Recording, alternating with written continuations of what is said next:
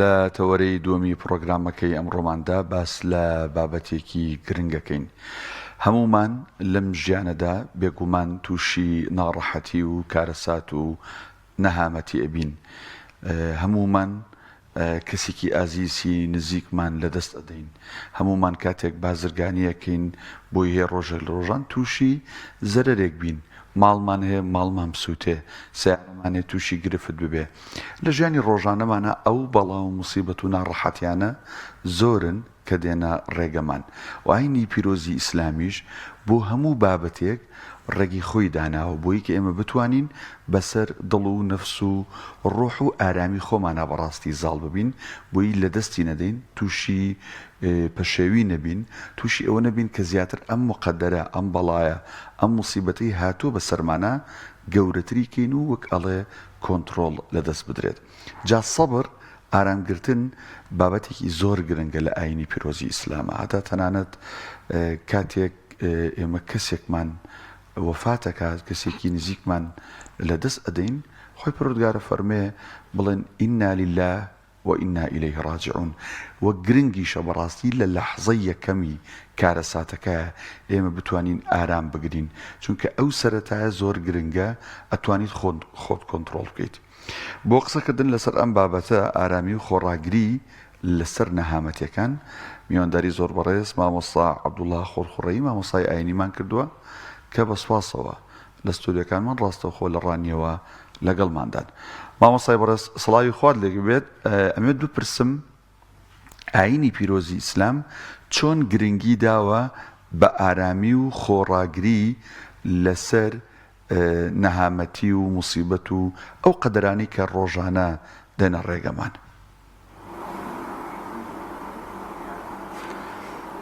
بسم الله الرحمن الرحيم.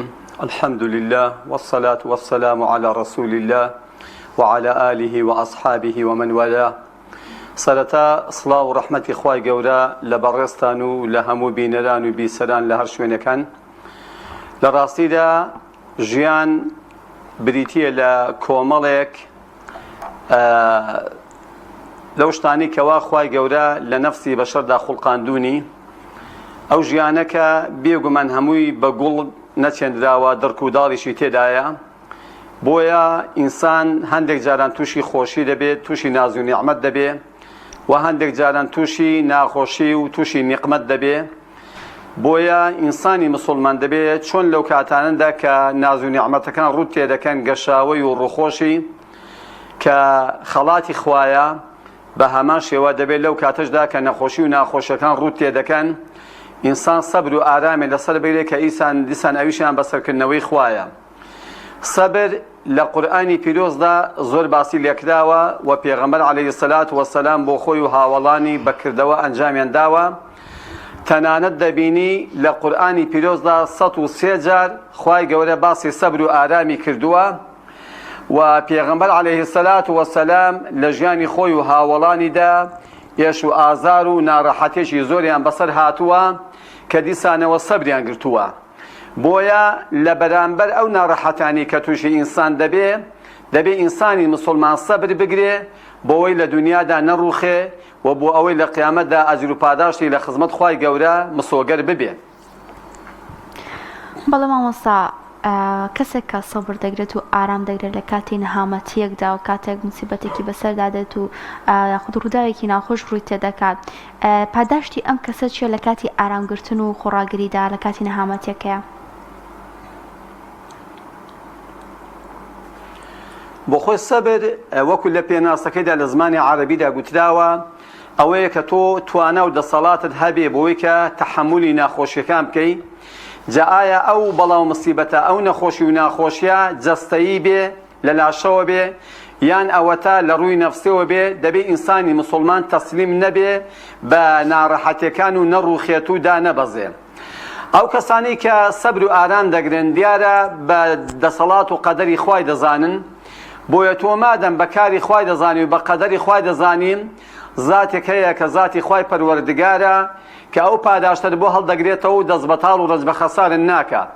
وەکو کە لە زۆربەی کار و کردەوە چاکەکان پاداشتەکان دیاری کراون، بەڵام لە مەسەڵەی سەبردا تەماشا دەکەی خوای گەورە سنووری بۆ دانەناوە، وەکو دەفەرمی ئەعوذ بالله من الشیطان الرجیم إنما يوفى الصابرون أجرهم بغير حساب. خوای گەورە ئەجر و پاداشتی سابیران و ئارامگران و خۆڕاگران دەداتەوە بەبێ حساب و بەبێ کتاب.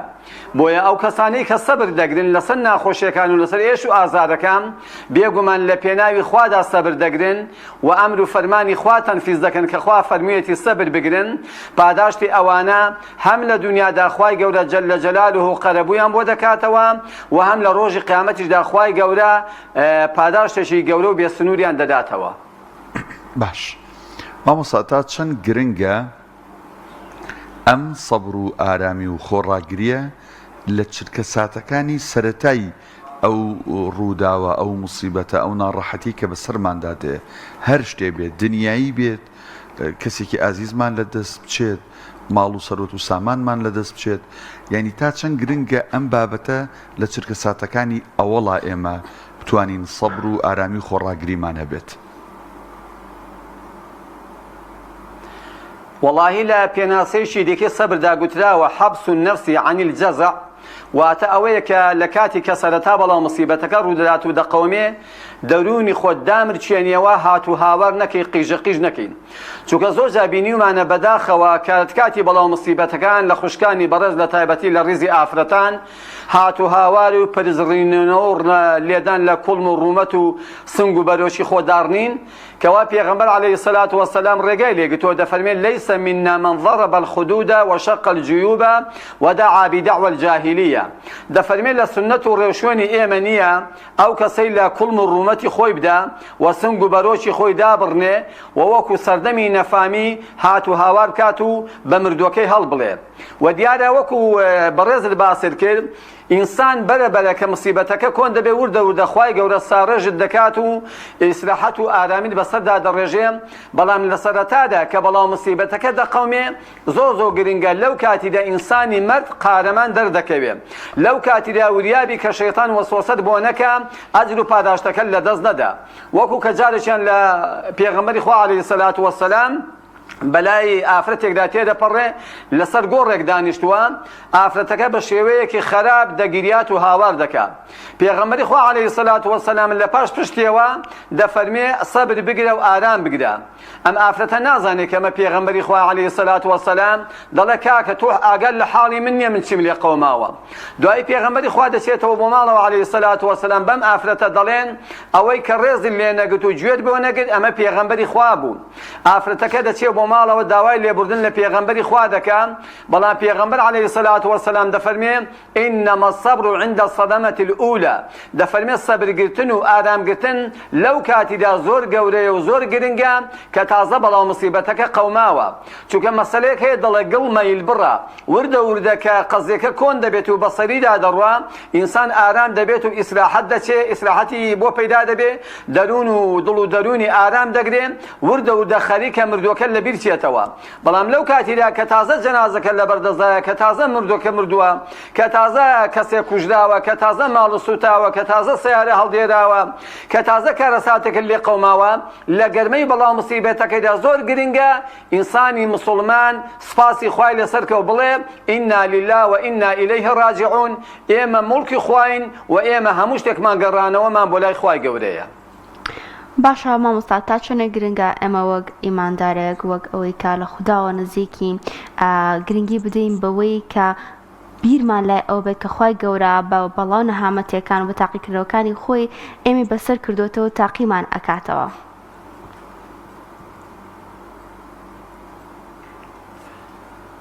وەکو سەرەتا باسم کرد ئەو ناخۆشیانەی بەسەر ئینسانی دادێن، ئینسان لە دنیادا خۆشی و ناخۆشی دەبینێ، بەڵام بەڕاستی ئینسانی مسلمان جیاوازە لە ئینسانی نامسلمان. ئینسانی نامسڵمان زۆر بە کورتی تەنها بەردەمی خۆی دەبینێ، بە تەمای ڕۆژێک نییە، بە تەمای قیامەتێک نییە، بە تەمای زاتێک نییە، بە تەمای لیقای خوا و بەهەشتێک نییە، بە تەمای پاداشتی خوای گەورە نییە. بەڵام ئینسانی مسڵمان پێی وایە کە هەر شتێکی توش دەبێت لەم ژیانەیدا بچووکترین ناخۆشی بێ، پێی وایە کە پاداشتێکی لە لای خوای گەورە بۆ نووسراوە بۆی هەڵگیراوە. هەروەکو لە فەرمودەی پێغەمبەر داهاتوە عەلەیهی السەلات وەسەلام دەفەرمێ ئەگەر تەنانەت دڕکێکیش بە قاچی مسڵمانێکدا چێ سپاسی خوای لەسەر کە شوکرانە ببژێرێ و سەبر و ئارامی لەسەر بگرێن، خوای گەورە بەو ئەندازەی بۆی دەکاتە کەفارەت و هەڵەکانی پێڕەش دەکاتەوە.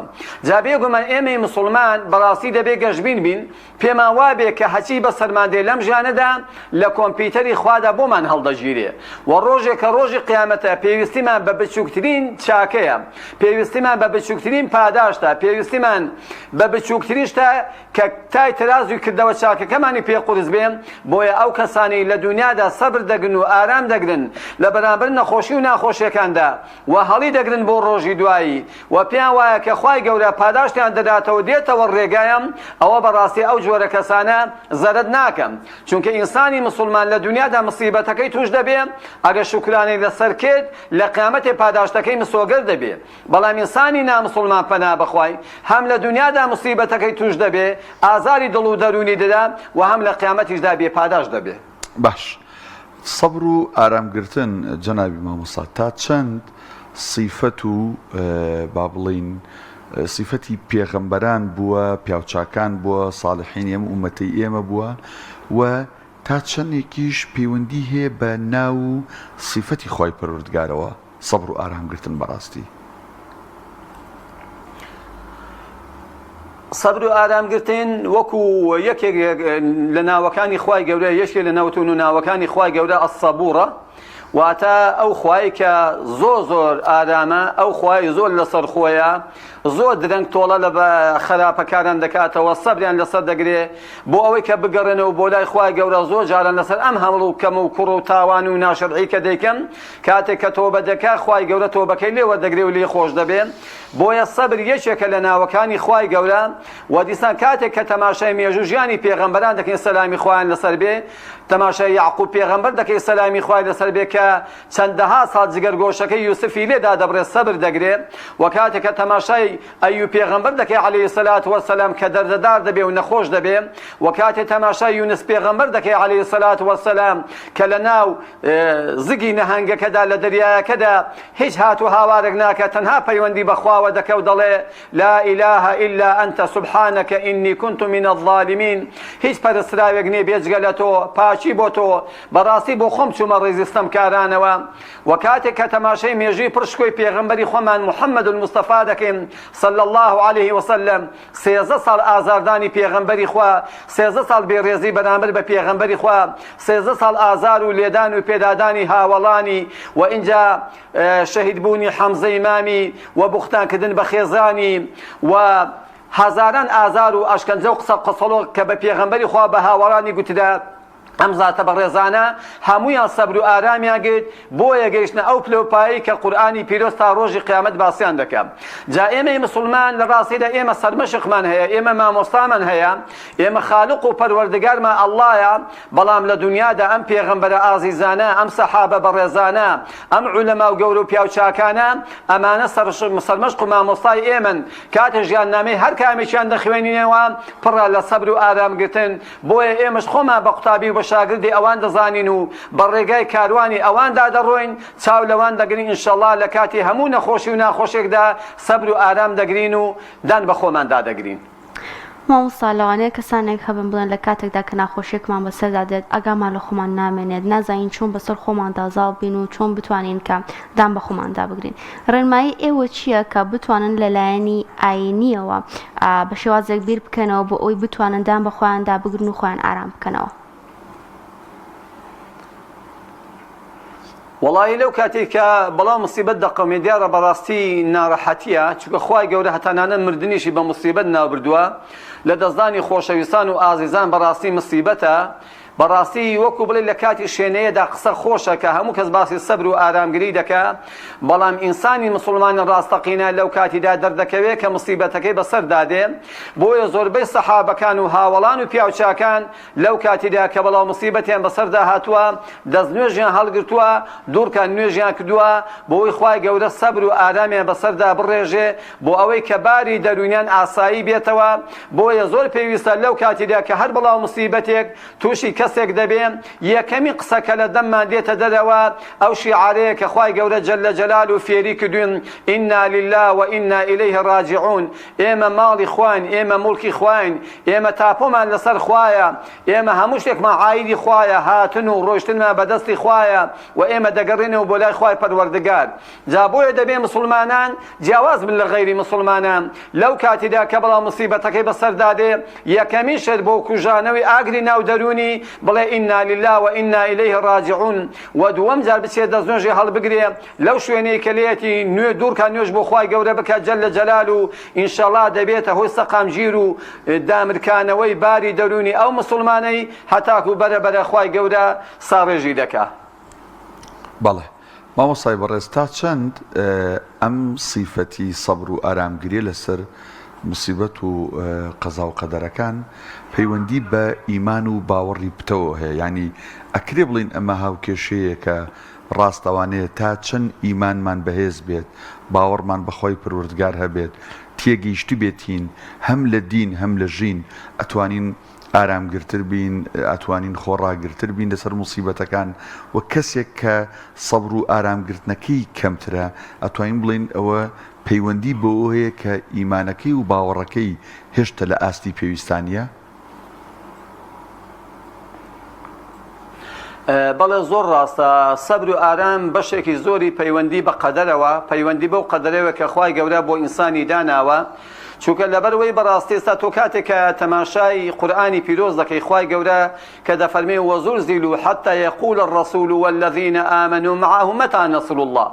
یعنی لە جەنگی پێغەمبەراندا، لە جەنگی سەحابەکانی سەردەمی پێغەمبەری خۆماندا، یعنی لە حاڵەتی وادا بووە کە تەنها سەبر و ئارامگرتن هەڵیستاندوونەوە. ئەوە لە جەنگی ئوحودە کاتێک کە هەواڵی شەهیدبوونی پێغەمبەری خوا بڵاو دەبێتەوە، خوا لێ ڕازی بێت کە کۆمەڵێک خەڵک هەیە دادەتەپێ لە شوێنی خۆی دادەنیشێ دەڵێ مادام پێغەمبەر نەماوە ئێمە چی بکەین؟ بەڵام کۆمەڵە لە ورە بەرزەکان کە باوەڕی تەواویان بە قەدەرە بەلایەندا تێدەپەڕن بەتایبەتی ئەو بەکری سەدیق خوا لێ ڕازی بێ دەفەرمێ هەستن ئەو ڕێگایی کە پێغەمبەر بۆی ڕۆشتە ئێوەش بەو ڕێگایەدا بڕۆن. بەڵێ قەدەر زۆر کاریگەریەکی گەورەی هەیە لەسەر ئارامگرتن و سەبرگرتن لەبەرەوەی ئینسانی مسلمان ئیتیصال و پەیوەندی بەخواوەیە. ئەو کەسێک کە پەیوەندی مباشری بەخواوەیە بەڕاستی دەتوانێت زیاتر سەبر بگرێ و دەتوانێت زیاتر ئارام بگرێ. بۆیە تەماشا دەکەی خوای گەورە جەلە جەلاله لە سوورەتی بەقەرەدا دەفەرمێ واستعینوا بالصبر والصلاة إن الله مع الصابرين. لە ڕێگای سەبرەوە، لە ڕێگای نوێژەوە ئارام بگرن و یارمەتی لە خوا وەربگرن، چونکە بەڕاستی خوای گەورە لەگەڵ ئارامگراندایە. و ئەو شاعیرە زۆر جوانی فەرمووە هەر دەربارەی نوێژ کە بۆ خۆی عیبادەتێکە، بەڵام لە ڕێگای نوێژەوە ئینسان دەتوانێت پەیوەندی بەخواوە بکە و سەبر لە خوا وەربگرێن. کە دەفەرمێ مەبەستم وایە بەیادت تاوێ دڵم ئارام بێ و دوور لە ئازار بم، ئەگینە ئەوە کەی نوێژە کە من ڕوم لە قیبلە بێ و دڵ لە بازار بم. جا بەڕاستی سەبر بەشێکی گەورەی پەیوەندی بە قەدەری خواوەیە، چونکە ئینسان کاتێک کە تۆ پێ دوایە ئەمەی تووشت بۆ خوا ناردوێتی بە شوکرانەوە لێ وەردەگری، پێی ڕازی دەبی، سپاسی لەسەر دەکەی. ئینسانی مسلمان پێی وایە هەچی کە خوا بینێرێ هەمووی خێر و بەرەکەت و خێر و خۆشی تێدایە. باشە مامۆستا، کەسانێک کە خۆڕاگر نین کە ئارامگر نین لە بەرامبەر نەهامەتی و لە بەرامبەر ڕووداوەکاندا، ئەم کەسانە چیان لە دەست دەچێ و سیفاتیان چۆنە؟ ئەم کەسانە لە ناخەوە چۆنن؟ کەسانێکی چۆن وەسف دەکرێن؟ وەڵاهی وەکو پێشتر ئاماژەم پێکرد، بەڕاستی کەسێکە لە خوای گەورە هەموو لایەکمان مەحفوظ کات و خوا سەبرمان پێ ببەخشێ، خوای گەورە بە شتێک تاقیمان نەکاتەوە کە لە تواناماندا نییە. بەڵام بەڕاستی لە کاتی مصیبەتدا مەردی دەوێ، یعنی پیاوی دەوێ، قارەمانی دەوێ، ئافرەتی شێرەژنی دەوێ کە لەو کاتەدا دام بە خۆیدا بگرێ. لە نمونەی کۆن و تازەدا خەڵک زۆرە کە بەڕاستی نمونە بوون و لێیان دەژێرنەوە کە بەو پەڕی وەکو شێوێکی دامەزرا و بە قەدەری خوا ڕازی بوون.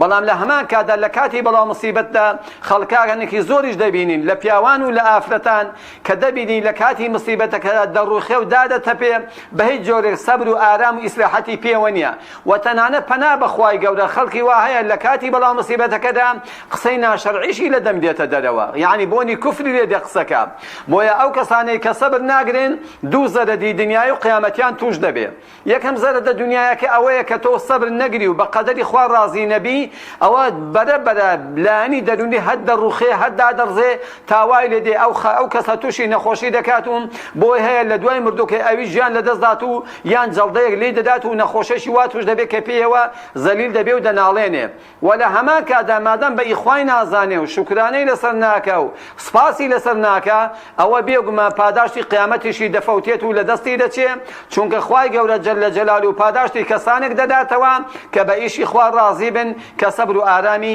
لەسەر بگرن.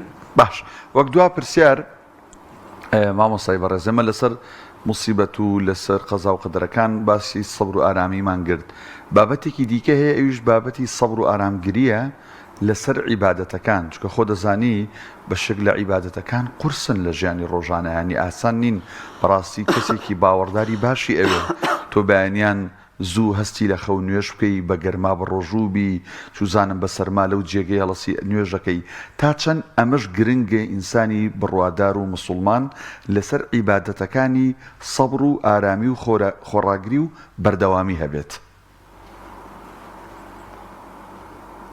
وابزانم ئەوە وتەیەکی جوانە لە ئیمام عەبدولقادری گەیلانی و ڕەحمەتی خوای لێبێ کە سەبر دەکا بە سێ بەش دەفەرمێت سەبر سێ بەشە بەشی یەکەم سەبرگرتن لەسەر تاعەت و عیبادەت وەکو کە جەنابەت ئاماژەت پێدا کەسێک کە سەبر نەگرێ و ئارام نەگرێ ناتوانێت 40-50 ساڵی شەو و ڕۆژی 5 نوێژان بکە ناتوانێت بەیانێن ئەو خەوە خۆشەی لە خۆی تێکدات و بە تایبەتی لە وەرزی سەرمادا جێگای گەرم بەجێ بێڵێ و بێ لە مزگەوتێ جەماعەتەکەی بکە ناتوانێت کە هەموو شەوانی ڕەمەزانێ بچێت تەراویحەکانی بکە ناتوانێت یەک مانگی 30 ڕۆژ بەبێ بسانەوە 17 ساعات 18 ساعات لە بەیانی و هەتا ئێوارە نان و ئاو و خۆراک هەمووی شتێکی حەڵاڵ و حەرام لە خۆی قەدەغەکە ناتوانێت ئەو ماڵی کە بە زەحمەت پەیدا دەکا بە زەکات بیدە ناتوانێت لێرەوە ماڵ و سەروەت و سامانی خۆی بەرێ و ماڵ و منداڵ بەجێ دەبڕێ دەچێ حەج و عەمرە دەکا جا بەشی یەکەم سەبرگرتن لەسەر تاعەت و عیبادەت ئەگە کەسێک سەبری نەبێ و ئارامی نەبێ و دان بە خۆیدا نەگرێ